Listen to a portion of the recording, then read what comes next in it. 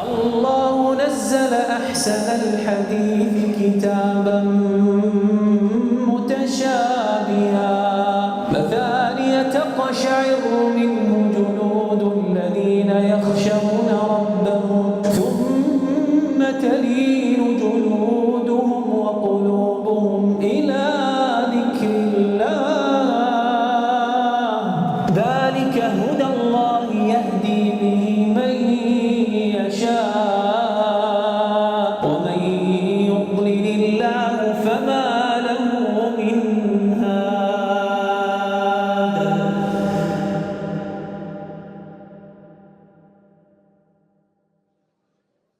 بسم الله الحمد لله والصلاة والسلام على رسول الله صلى الله عليه وسلم. اللهم لا سهل إلا ما جعلته سهلا وأنت تجعل الحزن إذا شئت سهلا. اللهم أعنا على ذكرك وشكرك وحسن عبادتك. Assalomu alaykum va rahmatullohi va barakatuh. Barcha olamlarning Robbisi Allohga hamd bo'lsin.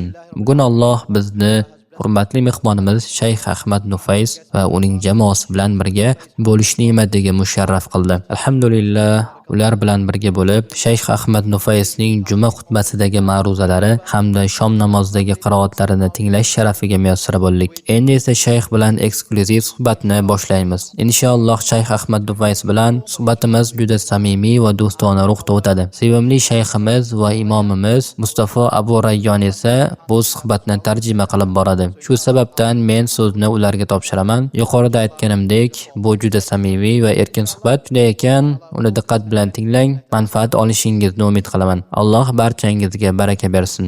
Assalomu alaykum va rahmatullohi va barakatuh. Hayyakumulloh. Alhamdulillah vassalatu vassalamu ala rasulillah.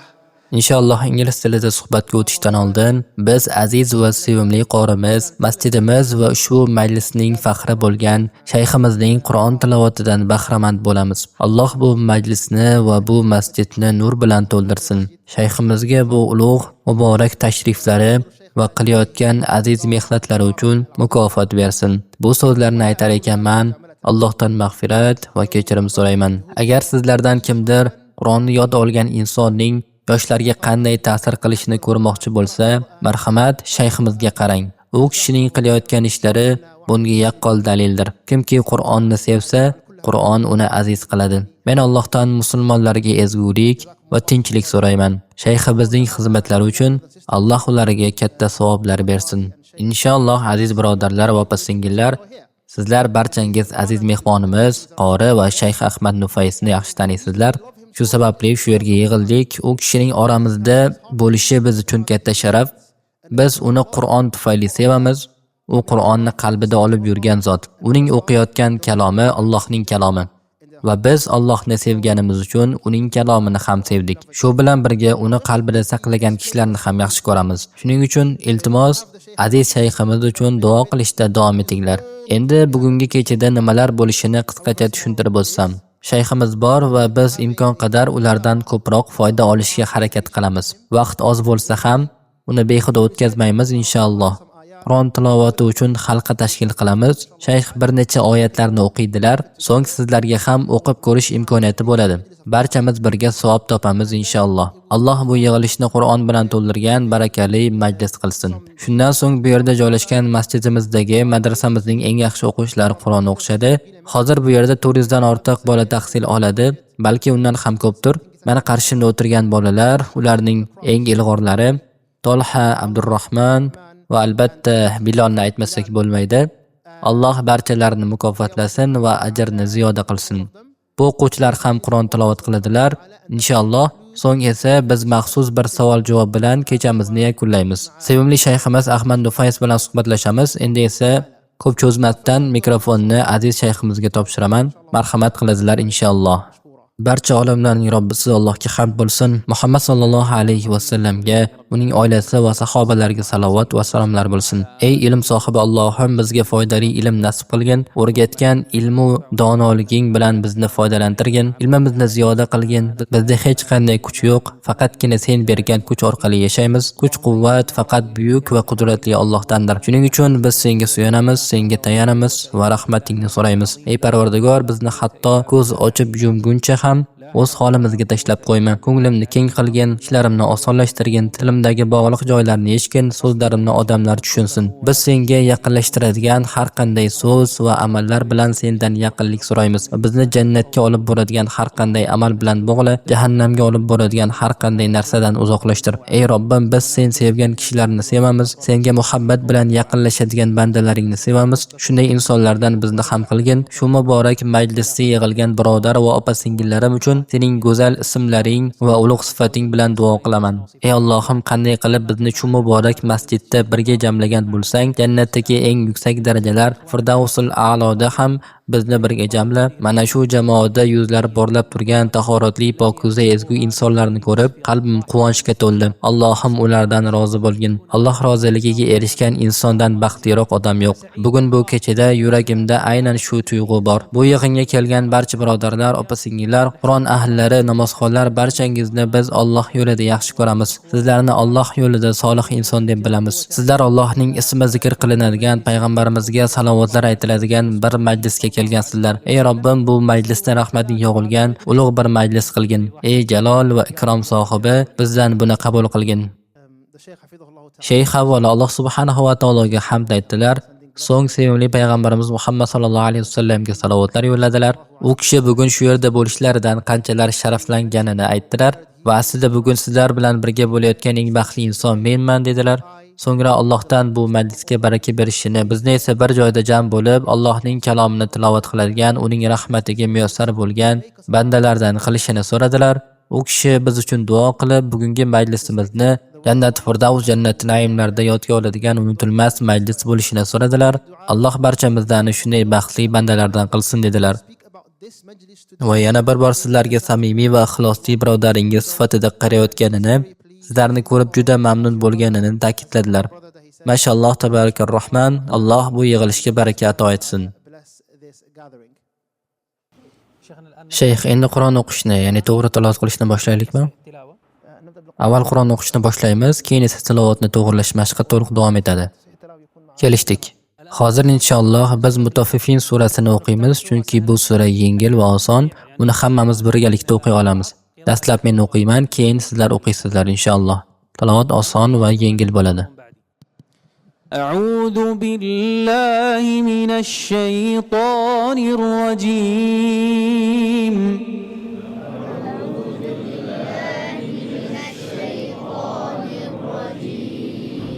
بسم الله الرحمن الرحيم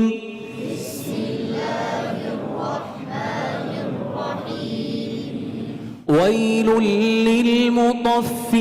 للمطففين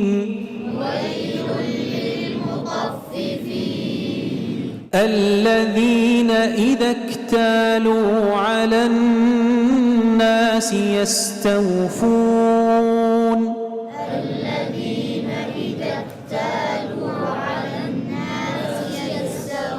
على الناس يستوفون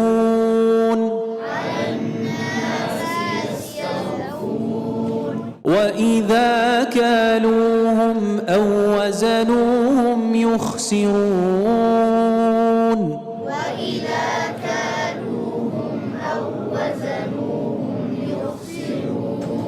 ألا يظن أولئك أنهم مبعوثون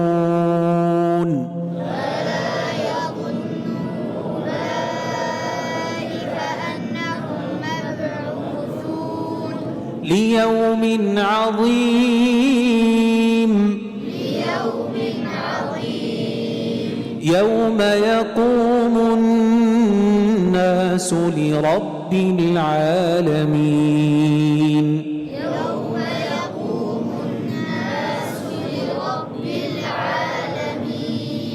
كلا إن كتاب الفجار لفي سجين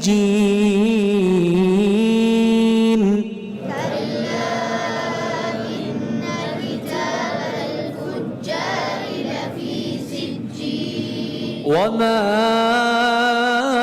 أدراك ما سجين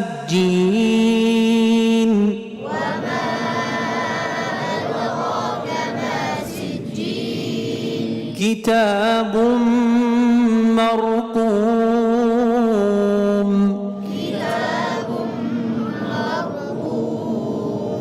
ويل يومئذ للمكذبين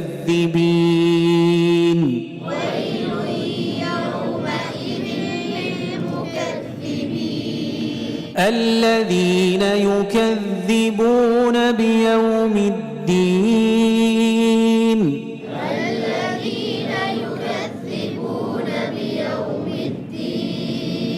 وما يكذب به إلا كل معتد أثيم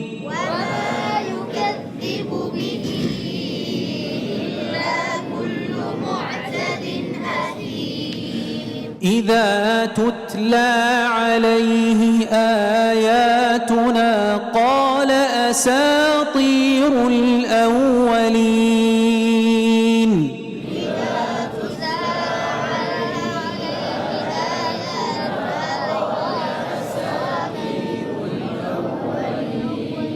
كلا بل ران على قلوبهم ما كانوا يكسبون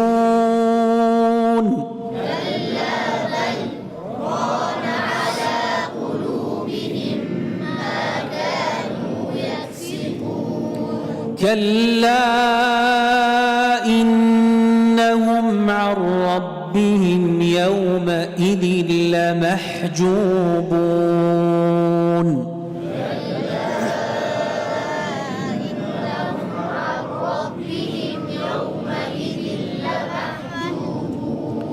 ثم إنهم لصالو الجحيم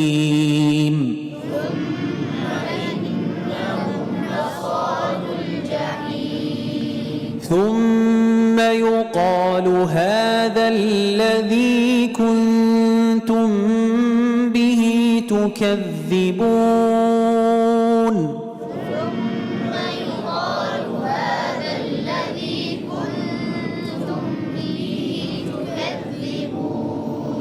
كلا إن كتاب الأبرار لفي عليين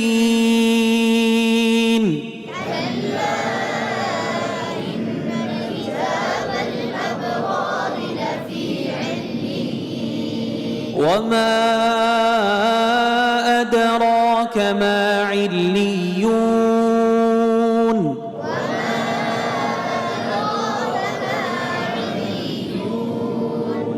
وما أدراك ما عليون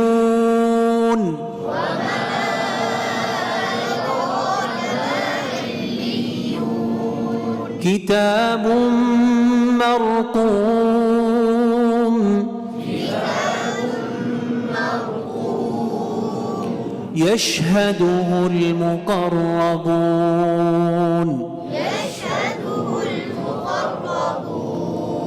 إن الأبرار لفي نعيم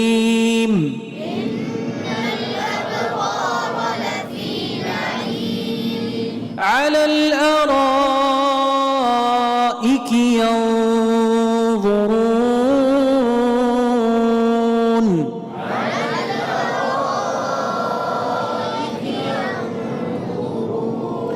تعرف في وجوههم نضرة النعيم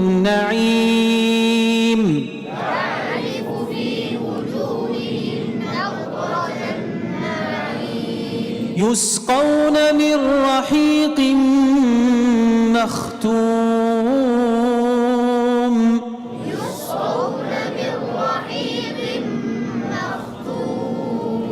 ختامه مسك وفي ذلك فليتنافس المتنافسون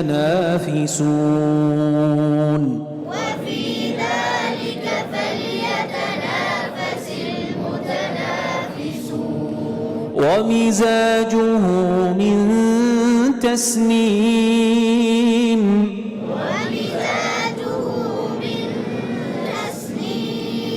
عينا يشرب بها المقربون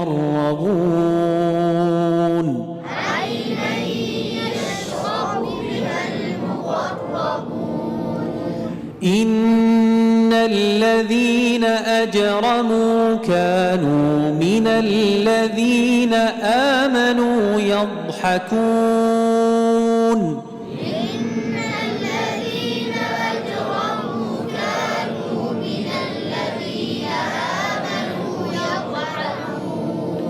وإذا مروا بهم يتغامزون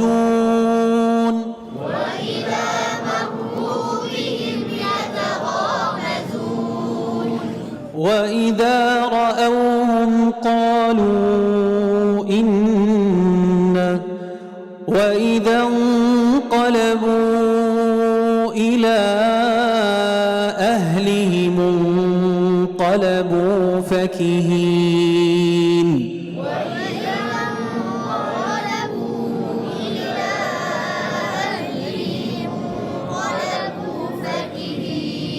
وإذا رأوهم قالوا إن هؤلاء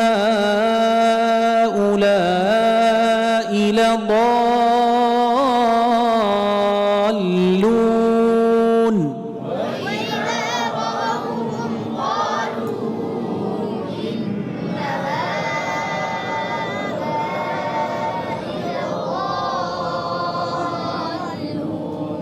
وما أرسلوا عليهم حافظين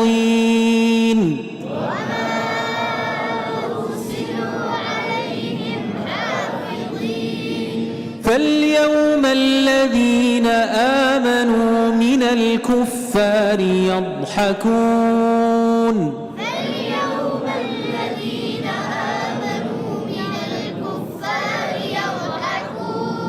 على الأرائك ينظرون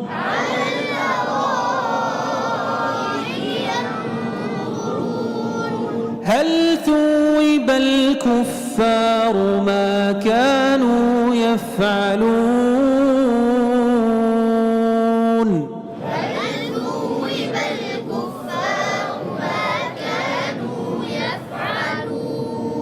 ما شاء الله ما شاء الله تبارك الله الله ينفع بكم يا رب يا ذا الجلال والإكرام ما شاء الله Alloh taolo shayximizga ajru savob ato etsin.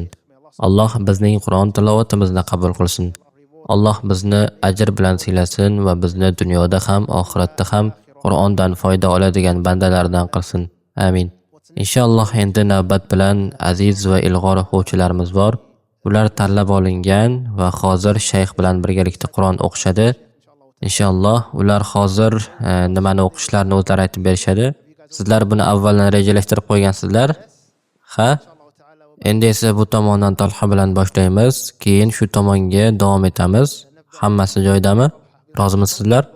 Inshaalloh. Talha, tayyormisan? Barakalloh fik. أعوذ بالله من الشيطان الرجيم بسم الله الرحمن الرحيم الحمد لله رب العالمين الرحمن الرحيم مالك يوم الدين إياك نعبد وإياك نستعين اهدنا الصراط المستقيم صراط الذين أنعمت عليهم غير المغضوب عليهم ولا الضالين آمين. Isming Talhami? Ha, Talha. Talha, Qur'ondan qancha yodlagansan? 15 juz. Mashalloh. Yoshing nechida? 15 da. Subhanalloh, mashalloh, bu qanday ovoz? Ovozi kuchli, ayni paytda yurakni larzaga soladi. Juda ta'sirli. Bu Alloh taoloning barakasi berilgan ovoz. Qur'onni his qilib, qalbdan o'qiyapti. Rasululloh sallallohu alayhi va sallam aytganlar, kimki Qur'onni Allohdan qo'rqib, yurak bilan o'qisa, mana shunday o'qish eng go'zal qiroatdir. Agar kimdir tilovat qilayotgan bo'lsa va sen uni eshitib, bu inson Allohdan qo'rqib o'qiyapti deb o'ylasang, bas eng go'zal qiroat aynan shudir. Alloh bu ovozga baraka bersin. Xushu bilan o'qiyapti. Shayx Alloh uni asrasin Tolhaning tilovati haqida fikr bildirdilar. Tolhaning ovozi uni juda quvontirdi. Ovozing juda chiroyli, eshitishga yoqimli dedi. Shayx shuni ham aytdiki, sen Qur'on o'qiyotganda tilovatingda tushunish, tafakkur va xushu, ya'ni Alloh oldida itoat va kamtarlik bor. Bu Rasululloh sallallohu alayhi va sallamning sunnatlaridandir. Payg'ambarimiz aytganlar, eng go'zal qiroat bu odam Qur'on o'qiyotganda uni eshitgan kishi bu inson Allohdan qo'rqib yurakdan o'qiyapti deb o'ylasa, ana shu eng chiroyli qiroatdir. A'udhu billahni qaytadan ayting. أعوذ بالله Yana qaytadan ayting. أعوذ بالله لا أعوذ ذو أعوذ ليس أعوذ ليس مفخمة مرققة. أعوذ بالله من الشيطان الرجيم. أعوذ بالله لا ذو مرقق. أترجم نعم. Shayx aytibdilarki, so'nggi harf zu uni yanada mayinroq, og'irroq ohangda ayting. Uni iloji boricha yumshatib, kichikroq qilib talaffuz qiling. Til uchini biroz tushiring. أعوذ بالله يا سلام ما شاء الله ما شاء الله. Again. أعوذ بالله أعوذ. أعوذ Yes. إن شاء الله you training إن شاء الله. إن شاء الله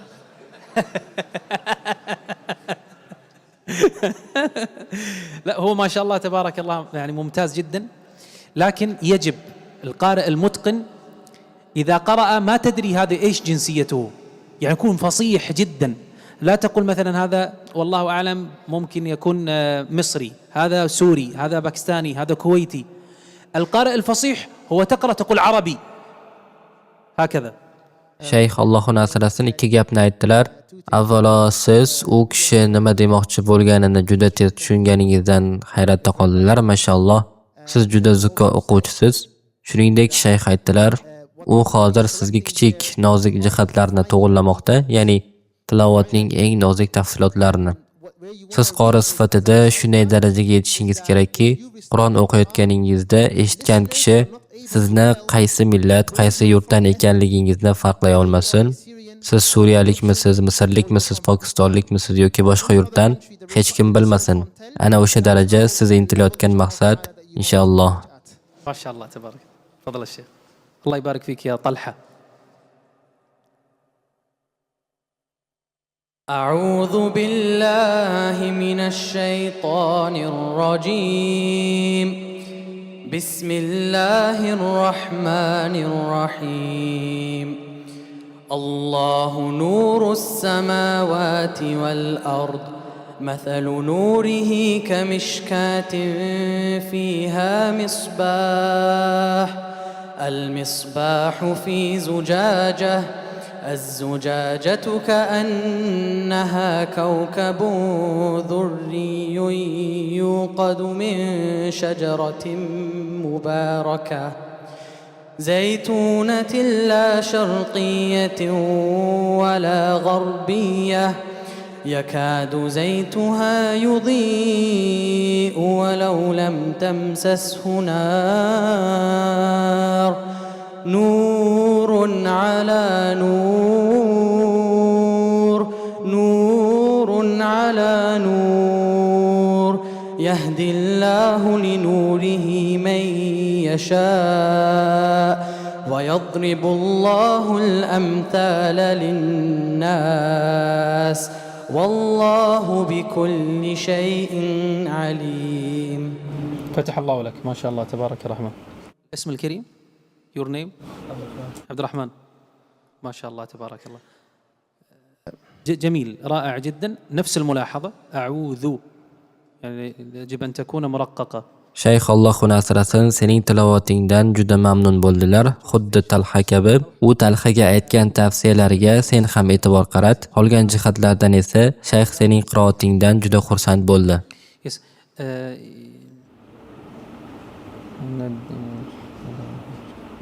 فيها مصباح again only this is فيها مصباح فيها مصباح لا، قريب yes. الترتيل Bu ikki so'zni o'qing, lekin ohang bilan chiroyli va to'g'ri talaffuzda o'qing.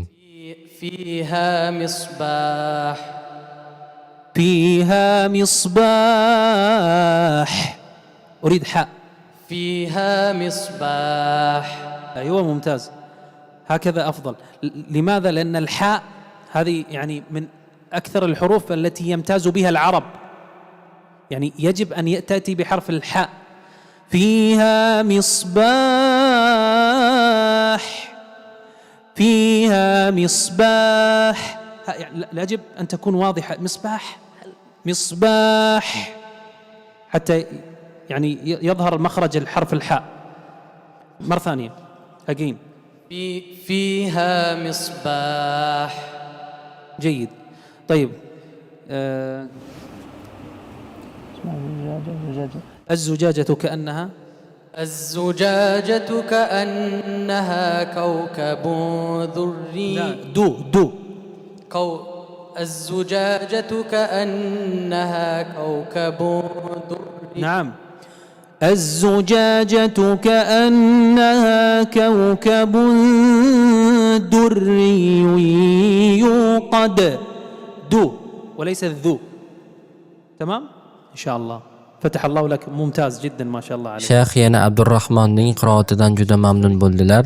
Faqat birgina eslatma shuki, harflarni to'g'ri talaffuz qilishga, ba'zi harflarga alohida e'tibor qaratish zarur. Inshaalloh bu hammamiz uchun dars. Barchamiz bu yerda o'rganish uchun yig'ilganmiz. Inshaalloh shayxning bu maslahati hammamizga tegishli. Shu jumladan menga ham Alloh Talha va Abdurrahmonga ajr savob bersin. Endi navbat Bilolniki. Bilol, bismillah. الحمد لله رب العالمين الرحمن الرحيم مالك يوم الدين إياك نعبد وإياك نستعين اهدنا الصراط المستقيم صراط الذين أنعمت عليهم غير المغضوب عليهم ولا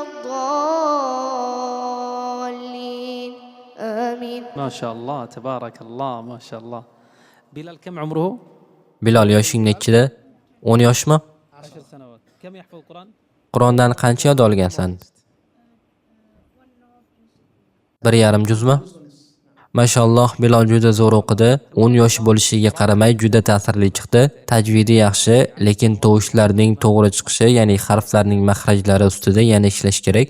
Mashalloh, ayniqsa ha harfi uni to'g'ri talaffuz qilishi uchun ko'proq mashq zarur. Hali u yosh, shuning uchun bu tabiiy holat. Inshaalloh mashq bilan bu yaxshilanib boradi. Alhamdulillahi robbil alamin not alhamdu alha alhamdu الحمد يا سلام ما شاء الله again الحمد لله رب العالمين ما شاء الله تبارك الرحمن طيب غير المغضوب غير المغضوب غير المغضوب لا ليست مغضوب مغضوض غير المغضوب غير المغضوب غير المغضوب يلا ان شاء الله ان شاء الله هي براكتس ان شاء الله. ان شاء الله باذن الله الله يفتح لكم يا رب يا ذا الجلال الكرام رائع جدا ما شاء الله لا قوه الا بالله ما شاء الله Shayx yana Bilolning qiroatidan juda mamnun bo'ldilar. Ayniqsa yosh bo'lishiga qaramay shunday o'qigani uchun shayx sizga davom et, to'xtama, aynan shu yo'ldan yur deb ruhlantirdilar. Yoshingga qaraganda tajviding juda yaxshi, mashalloh. Faqat hammamiz uchun muhim bo'lgan narsa ayrim harflarni to'g'ri talaffuz qilishga alohida e'tibor berishimiz kerak. Lekin senga o'xshagan yosh bolalar buni juda tez o'zlashtiradi. Hamma birodar va opa-singillardan iltimos qilamiz, mana shu jasur o'quvchilar uchun duo qilinglar. Men hayron bo'lib turibman, bu bolalar qanday qilib Qur'on halqasida qatnashishga jur'at topishgan. Sizlar hozir odamlar oldida Qur'on o'qiyapsizlar. Bu juda katta jasorat talab qiladi. Alloh sizlarga jasorat ato etgan. Siz shayx oldida, muallimlar oldida turib Qur'on o'qiyapsiz. Bu yengil ish emas. Alloh barchangizdan rozi bo'lsin va bu qilayotgan ishlaringizni qabul qilsin. Qarang bu yigitlarga, Alloh ularni asrasin. Har bir yigit Qur'onni yodlagani bu juda katta ne'mat. Barchasi mashq va davomli o'rganish bilan bo'ladi. Tajvid bu mashq, harflarning maxrajlari bu mashq. Bu bir kunda, bir kechada kelmaydi. Bu sabrni talab qiladi. Rasululloh sallallohu alayhi va sallam aytganlar, Qur'onni mohir o'qiydigan kishi eng sharafli, eng ulug' farishtalar bilan birga bo'ladi. Shayx aytibdilarki, barchamiz tushunib olishimiz kerak, tajvidni, Qur'on o'qishni o'rganish ko'p mashq va davomli mehnatni talab qiladi. Bu bir kunda, bir haftada o'z-o'zidan bo'lmaydi. Bu yillar davomida mashq qilish, takrorlash va o'rganishda davom etishni talab qiladigan yo'ldir. Inshaalloh bu yo'lda sobit bo'laylik. Payg'ambarimiz sollallohu alayhi va sallam aytganlar, Qur'onni mohirona va chiroyli o'qiydigan kishi Alloh huzuridagi eng sharafli farishtalar bilan birga bo'ladi. Inshaalloh Alloh bizni ham ana shunday bandalardan qilsin. شيخ إن شاء الله تعالى نبدأ ببعض الأسئلة ويكون إن شاء الله تعالى مريح. طيب إن شاء الله حبيبي. إن شاء الله طيب تعالى. سيدي الشيخ، هل تسمح لي أن أبتدئ فقط بكلام قليل عن القرآن ثم مرحبا. نأخذ المقابلة. مرحبا إن شاء الله. طيب بسم الله الرحمن الرحيم. السلام عليكم ورحمة الله وبركاته.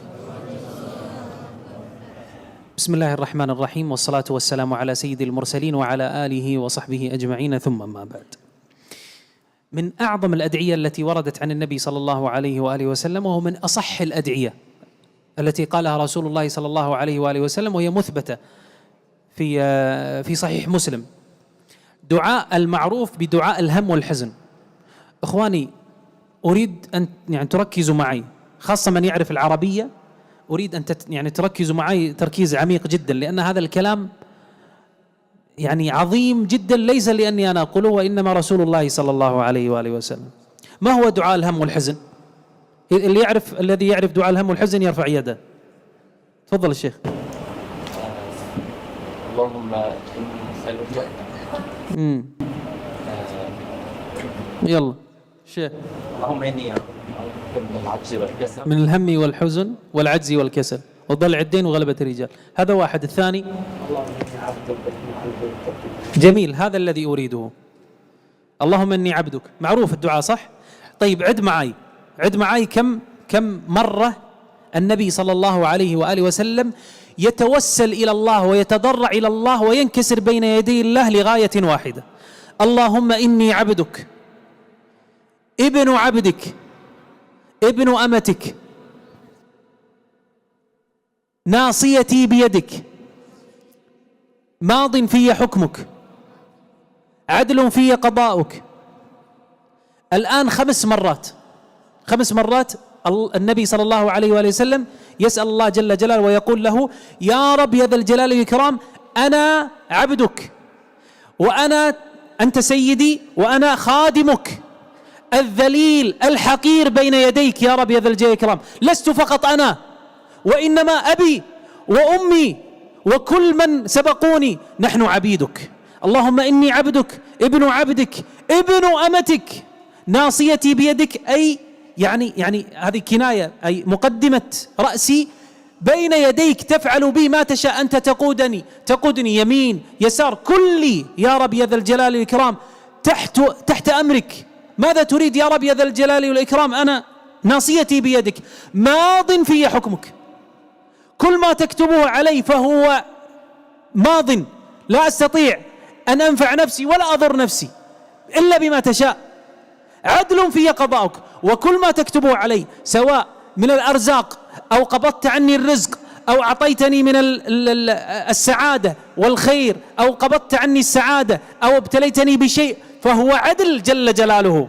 كل ما يكتبه الله عز وجل علي فهو عدل جل جلاله، عدل في قضاؤك. ثم الآن 5 مرات، ثم يقول الله جل جلاله: أسألك بكل اسم هو لك، سميت به نفسك أو أنزلته في كتابك أو علمته أحدا من خلقك أو استأثرت به في علم الغيب عندك. الأولى 6 مرات، الثانية 5 مرات، المجموع 11 مرة.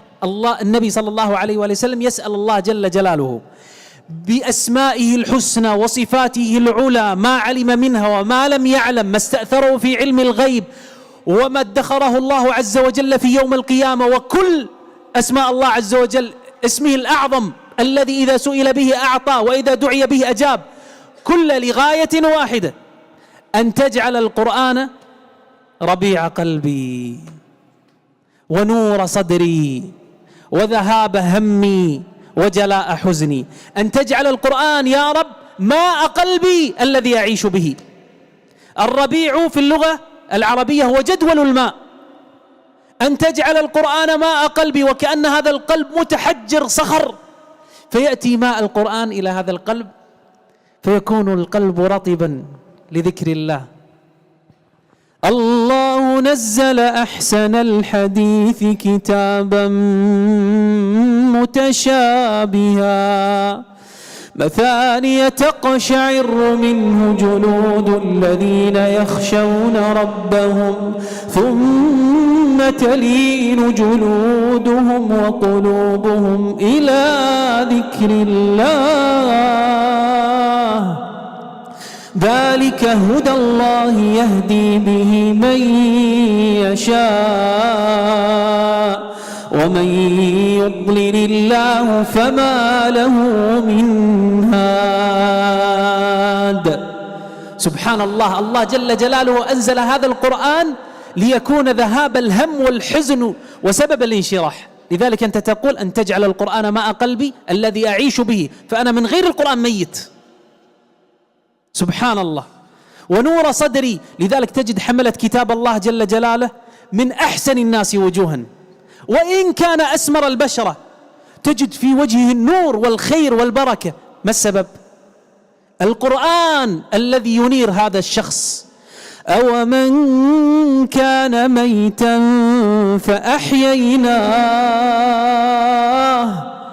فأحييناه وجعلنا له نورا يمشي به في الناس كمن مثله في الظلمات ليس بخارج منها كذلك زين للمسرفين ما كانوا يعملون.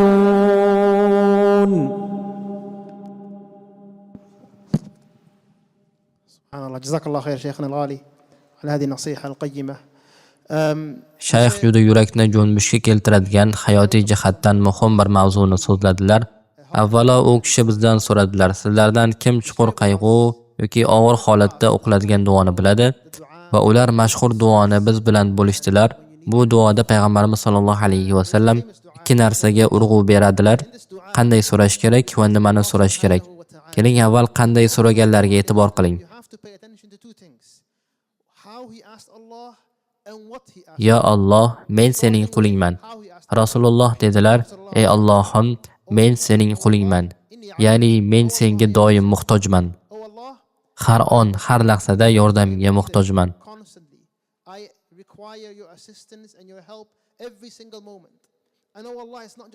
Faqat men emas, men sening qulingning o'g'liman. Ya'ni otam ham, onam ham senga muhtoj. So'ng ular shunday dedilar: mening peshonam sening qo'lingda. Ya'ni ey Alloh, qayerga olib borsang, qanday sinov bersang, qanday yo'l tanlasang, men sening ixtiyoringdaman. Men har jihatdan senga bog'liqman.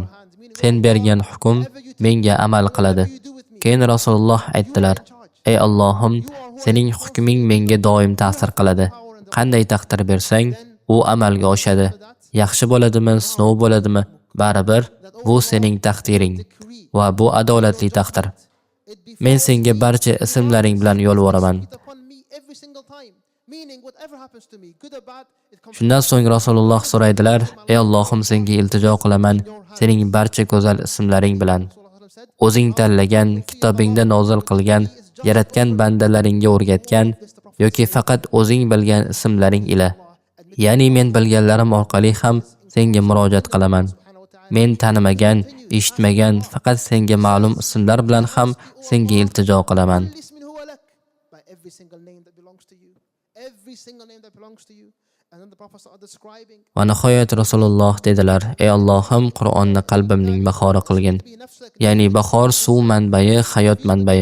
Qalbimiz go'yo qurigan tuproqday Qur'onga muhtoj. Qur'on yurakka hayot baxsh etadi. U qalbga suvdek kirib, uni yumshatadi, tiriltiradi. Qalb Qur'onsiz yashay olmaydi. Shuning uchun Rasululloh so'raydilar: "Qur'on qalbimning hayoti, ko'nglimning nuri, g'amim va tashvishimni ketkazuvchi bo'lsin." Shayx izoh berdilar: Qur'on qalbda bo'lgan inson baxtli inson. Ularning yuzida nur yog'iladi. Ular qanday millatdan bo'lishidan qat'iy nazar, yuzlarida Allohning nuri bor. Bu nur Qur'on nuridir. Qur'on hayotingizni butunlay o'zgartirib yuboradi. Va nihoyat shayx Qur'onga oid oyatni o'qib shunday dedilar: Kim Qur'onsiz bo'lsa, u go'yoki o'likdir. Kimda Qur'on bo'lsa, u tirikdir. Bu nasihat eng go'zal nasihatdir. beautiful advice. Jazakallahu khairan Shaykhana al-Ghali. Barakallahu fikum. Bismillahirrahmanirrahim. Shaykh, نبدأ ب هل Siz yoshligingizdan qori yoki imom bo'lishni rejalashtirganmisiz? Bu bolaligingizdan boshlangan orzu bo'lganmi? الإمام هل كانت هذا في نيتك أم شيء طارئ؟ Men Qur'onni kichikligimda o'rganishni boshlaganimni yaxshi eslayman. Shayx bilan birga Qur'onni yodlab, har bir so'zni tuzatib o'rganardik. Bu men uchun juda go'zal tajriba bo'lgan. Haqiqatan meni ko'pchilik shunday savol bilan to'xtatgan. Nega sen Qur'on halqasini shunchalik sevasan? Nega Qur'on tarafidasan? Nega ilm majlislariga qatnashasan? Men ularga aytaman: men bu yo'lni o'zim tanlagan emasman.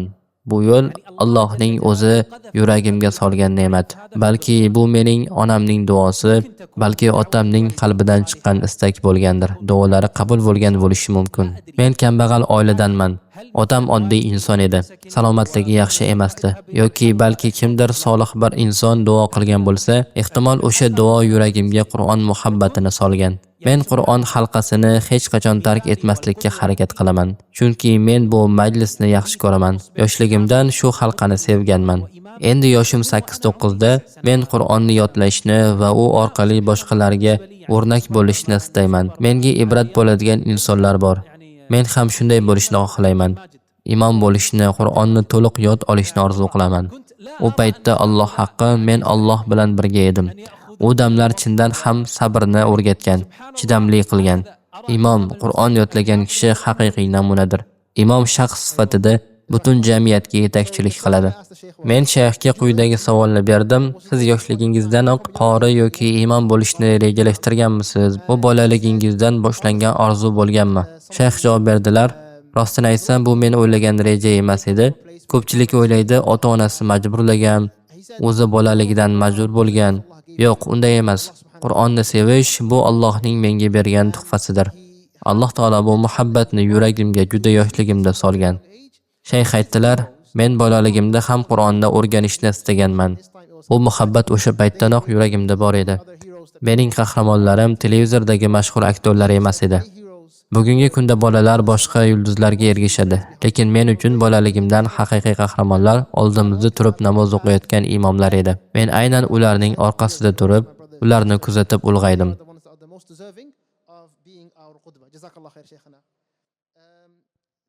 Siz Qur'onni necha yoshda o'rganishni boshlagansiz va uni to'liq yodlashga qancha vaqt ketgan? Men Qur'onni taxminan 10 yoshlarimda yodlashni boshlaganman. Yodingizda bo'lsa, bizning masjidimizda o'qish halqasi bor edi. Juda yaxshi, mehribon bir misrlik shayx. شيخ مصري اسمه الشيخ ياسر عثمان أحمد Ismli shayx edi. U kishining muloyimligi, salobati, bizga qilgan muomalasi barchasi juda ta'sirli edi. Men u kishidan juda hayratda qolgan edim. Hali men uni birinchi marta ko'rganimda ham bu taassurotlar paydo bo'lgan edi. Hozirga qadar u kishining ta'sirini yuragimda his qilaman. Alloh undan rozi bo'lsin, unga rahmat qilsin. U kishi meni hech qachon urmagan, Qur'onni ham hech qachon urish bilan o'rgatmagan. Ba'zi joyda odamlar Qur'onni urib o'rgatiladi deyishadi. Bu noto'g'ri. Qur'on shafqat va rahmat bilan o'rgatiladi. Allohning Ar-Rahman ismi bilan boshlangan kitob urish orqali emas, mehr orqali yodlanadi. Men Qur'onni mukammal darajada yodlaganimda, unda katta ruhiy ma'no bor edi. Chunki bu Qur'on faqat yod bo'lishi emas, uni Alloh roziligi, muhabbat va rahmat ila yodlash kerak. Qalbda ixlos bo'lmasa, Qur'on yurakka joylashmaydi.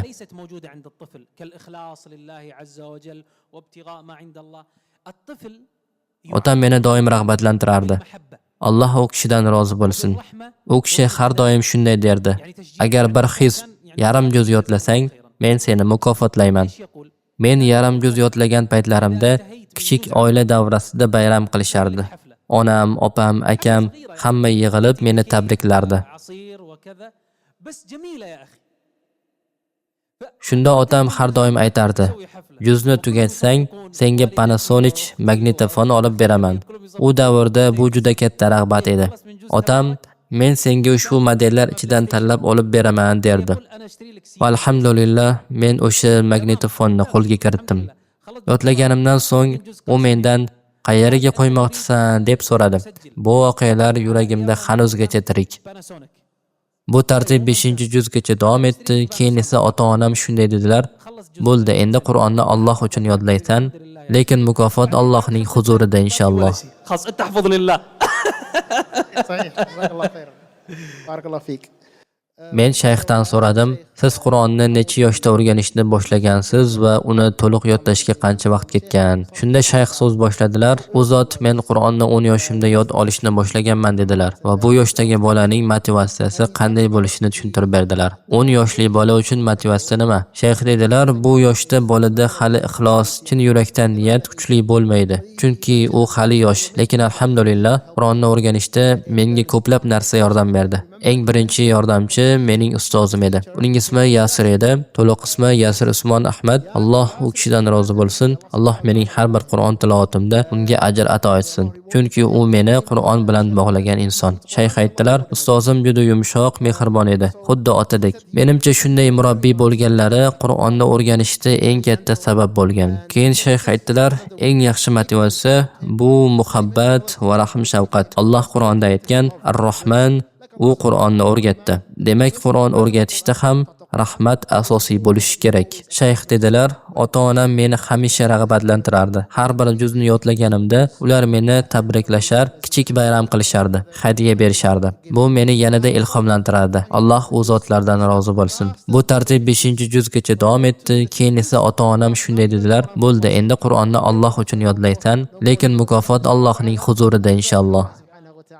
Qur'onni yodlayotgan odam haqida eng muhim nuqta shundaki, u Alloh bilan bo'lgan munosabatini to'g'rilasin.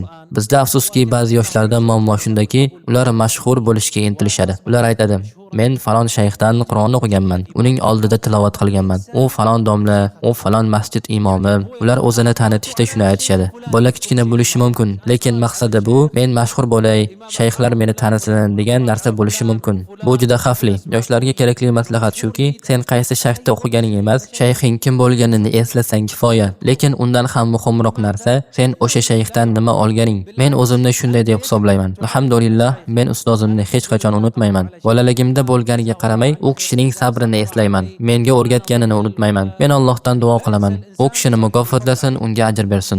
Shayx dedilar: "Qur'onni yodlayotgan inson uchun eng muhim nuqta bu Alloh bilan bo'lgan munosabatini to'g'rilashdir. Biz ayrim yoshlarda shuni ko'ryapmizki, ular mashhurlikni orzu qilishadi. Ular shunday deyshadi: "Men falon shayxda o'qiganman, u meni tinglagan." Keyin aytadi: "Men falon domlada tilovat qilganman, u falon masjidning imomi bo'lgan." Ularning maqsadi shaxsiy e'tiborni oshirish. Bola hali yosh bo'lsa-da, qalbida mashhur bo'lish orzusi yotadi. Bu xavfli yo'l. Siz ustozingiz bilan emas, ustozingiz orqali tanlang. Ammo bundan ham muhimrog'i, siz o'sha ustozdan nima oldingiz? U sizga Qur'onni faqat o'qitdimi yoki qalbingizga solib bera oldimi? Men shaxsan Allohga hamd aytaman. Ustozimni hech qachon unutmayman. Men hali yosh bola edim. U kishining sabrini ko'rganman. Alloh u zotga eng go'zal mukofotni bersin.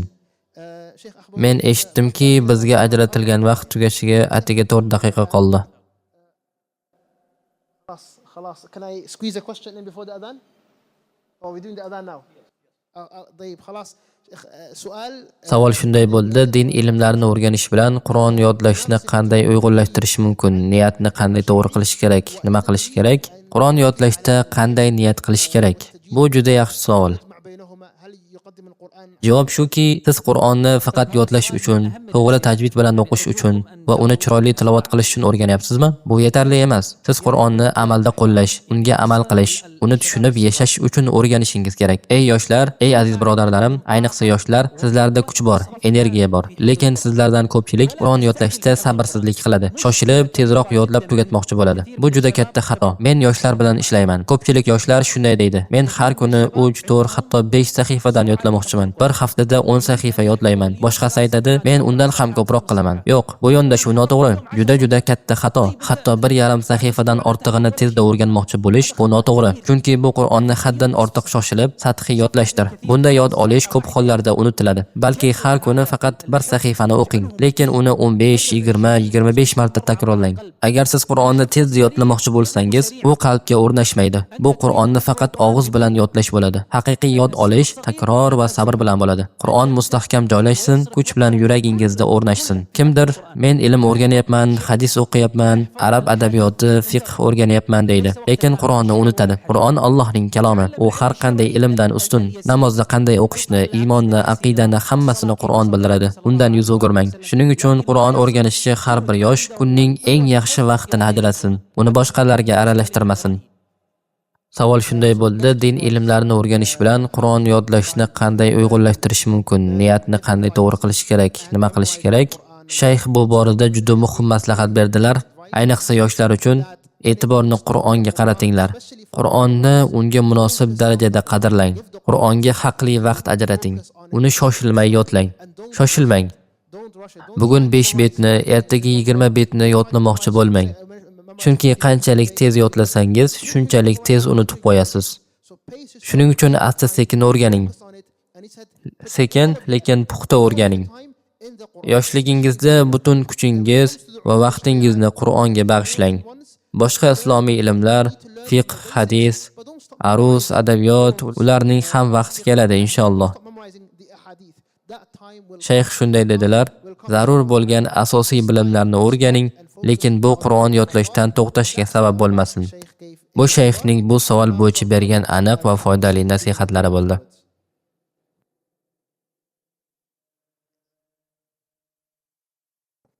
Qur'on yodlashda sizga aynan biror sura qiyinchilik qilganmi? Qur'onda juda qiyin sura yo'q, ammo Tavba surasi o'ziga xos. U juda ulug' va kuchli ta'sirli suradir. Chunki u eslatma bilan to'la va unda tavba haqida chuqur ma'nolar bor. Shuning uchun Qur'on yo'li har doim silliq emas. U sinov bilan to'la yo'ldir. Alloh taolo aytgan: "Biz Qur'onni zikr uchun oson qilib qo'ydik, bas o'rganmoqchi bo'lganlar bormi?"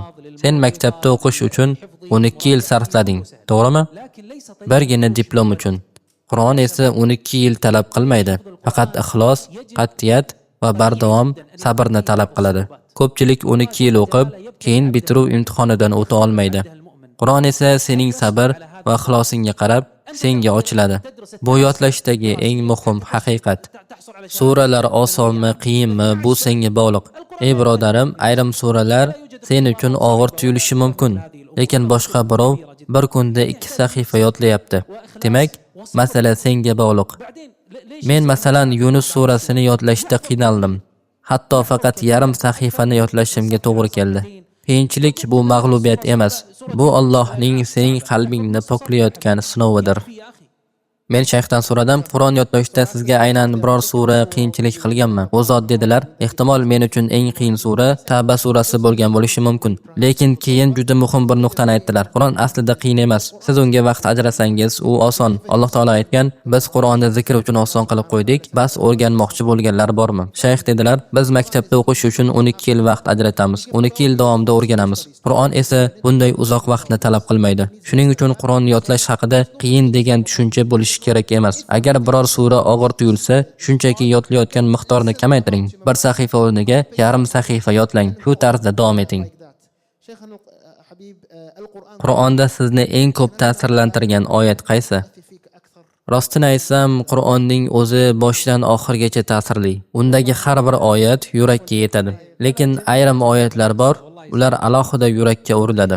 Men eng ko'p ta'sirlangan oyat Alloh taoloning husna va ziyada, ya'ni eng go'zal mukofot va undan ham ziyodasi degan oyatidir. Alloh bizga bu oyatda husna, ya'ni jannatni va ziyada, ya'ni uning jamolini ko'rsatishni va'da qilgan. Ey Robbim, bizni ham o'sha jamolingni ko'ruvchilar qatorida qo'shgin. Yuzlar bor, u kun kelib nurlanadi. Ular Parvardigorining jamoliga boqadi. Men shayxdan so'radim, Qur'onning butun oyatlari ta'sirli, barakali, go'zal. Ammo shunday bir oyat bormi, aynan sizga alohida ta'sir qilgan, qalbingizga chuqur kiradigan? Shayx Hafizahulloh taolo javob berdilar. Yaxshilik qilganlarga husna, ya'ni jannat va undan ham ziyodasi beriladi. Bu oyat juda chuqur. Alloh taolo yaxshilik qilganlarga jannatni va undan ham ortiq mukofotini va'da qilmoqda. Bu ziyoda degani nima? Bu Allohning jamolini ko'rish ne'matidir. Shayx dedilar, Alloh bizni ham o'z jamolini ko'ruvchilar qatorida kiritsin, inshaalloh. Birminghamga birinchi kelganingizda qanday taassurotlar qoldi? نعم. طيب خلاص فنختم بهذا السؤال كيف وجدت برمنغهام وكيف وجدت الإخوة Bu yerda nimani topdim? Birodarlarimni topdim. Samimiyatni topdim. Hech qanday ko'r-ko'rona maqtov yo'q. Alloh haqqi. Men faqat haqiqatni gapiryapman. Alloh haqqi, bu kecha sizlar bilan birga bo'lish, bu darsning o'zi mening yuragimni hayajonga soldi. Men yuragimdagi ilohiy hisni his qildim. Haqiqiy musulmon kishining yuragiga urilgan qalb darbasi edi bu. Allohga qasamki, men eng ko'p yaxshi ko'radigan majlis bu sizlar bilan bo'layotgan Qur'on majlisidir. Chunki bu majlisda solihlar bilan o'tiribmiz. Alloh sizlardan rozi bo'lsin. Bu yerda musulmon qizlar hijobda, Alloh ularni mustahkam qilsin. Bu yerda poklik, hayo va shar'iy muomala bor. Hatto yuragimda o'zimga shunday dedim: Ey Robbim, bu joyda haqiqiy or-nomus, sharaf, Allohdan qo'rqish bor. Bu yerdagi opa-singillarni Alloh sobit qadam qilsin. Robbim sizlarni doimo asrasin va ajringizni ziyoda qilsin. Men shayxdan so'radim, Birminghamga birinchi kelganingizda qanday taassurotlar qoldi? U zot chin dildan shunday javob berdilar. Men bu jamoadagi eng baxtli insonman deb his qildim. Bu yerda bo'lganimdan juda mamnunman. Ular shuningdek Birmingham haqida payqagan ayrim jihatlarni aytdilar. Jumladan bu yerning musulmonlari juda dindor va hijobga sodiq ekani haqida to'xtaldilar. Men Birminghamga kelganimda o'zimni Buyuk Britaniyada emas, balki Qosimda yurgandek his qildim. Ayollar hijobda, niqobda, erkaklar esa to'liq islomiy libosda yurishar edi. Bu meni quvontirdi. Mashalloh dedilar. Sizlarning mehmondo'stligingiz shayxni hayratda qoldirdi. Alloh xohlasa, bu bizning so'nggi uchrashuvimiz bo'lmaydi. Endi shayxdan so'nggi maslahatlarini, nasihatlarini so'raymiz. Ey birodarlarim, ey opa-singillarim, ey aziz ota-onalar, yodingizda bo'lsin, agar siz meni kuchim yetmayapti deb o'ylayotgan bo'lsangiz, bilingki, siz yolg'iz emassiz. Bu Qur'on yo'li. Faqat Allohning kuchi bilan bosib o'tiladi. Siz men bardosh bera olmayapman, men o'zgara olmayapman deb o'ylamang. Siz yolg'iz kuch bilan harakat qilyapsiz. Lekin haqiqatda esa harakat Allohning kuchi bilan bo'lishi kerak. Inson hech qachon o'z kuchi bilan biror narsaga erisha olmaydi. Butun hayotimiz Allohning yordamiga bog'liq. Harakat qilish ham, yomonlikdan saqlanish ham Allohning yordamisiz bo'lmaydi. Hech qachon bunday demang. Bu ishni o'zim qildim. Yo'q, sizda kuch ham, imkon ham faqat Alloh orqali bor. Yaxshilikka erishish, gunohdan qochish barchasi Allohning irodasi bilan. Shayx yakuniy so'zida barchamizga eslatdilar. Inson har bir onda Allohga muhtoj. Har bir nafasda, har bir qarorda, har bir qadamda biz Allohning yordamisiz hech narsaga qodir emasmiz. Bizda kuch yo'q, bizda quvvat yo'q. Quvvat faqat Allohda. Insonning qudrati yolg'iz Allohga bog'liq. Buni hech qachon unutmasligimiz kerak. Jazakumulloh xayr shayxana habib. Assalomu alaykum va rahmatullohi va barakatuh.